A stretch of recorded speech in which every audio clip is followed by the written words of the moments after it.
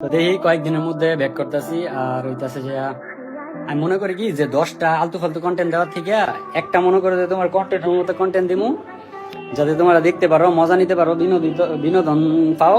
সবসময় চাই যে একটা সুন্দর করে এডিটিং করে প্রপারলি একটা ফাগলামি সাগলামির ভিডিও দিতে।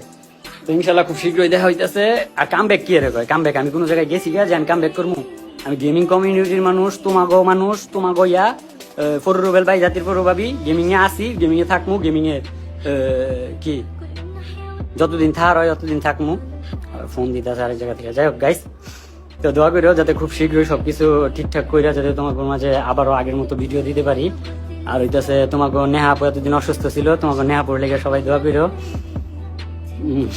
দুর্বল না, অসুস্থ ছিল, যার কারণে সবকিছু মিলাই আমরা মনে করি যে এই যে ইউটিউবের থেকে ইউটিউবের মধ্যে ইয়া আছি আর কি। আর আমার তো বিবেজ আইডি নাই।